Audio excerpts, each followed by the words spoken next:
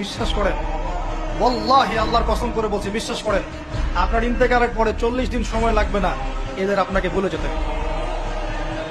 ওয়াল্লাহি আল্লাহর কসম করে বলছি, এই মানুষগুলোর কেউই আপনার প্রকৃত অর্থে আপন নন। আপনার অবস্থানকে তারা ভালোবাসে, আপনাকে তারা ভালোবাসে। আপনাকে শুধু আপনার রব আল্লাহ ভালোবাসেন।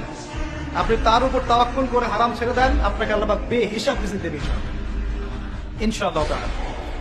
মানুষ মানুষের অবস্থানকে মূল্যায়ন করে, আপনার পরে তারা আপনাকে মনে রাখবে না। আপনি আমি যদি আজকে পৃথিবীতে নাও থাকতাম, আজকে যদি আমরা পৃথিবীতে নাও থাকতাম, পৃথিবীর ঘূর্ণন কমে যেত না।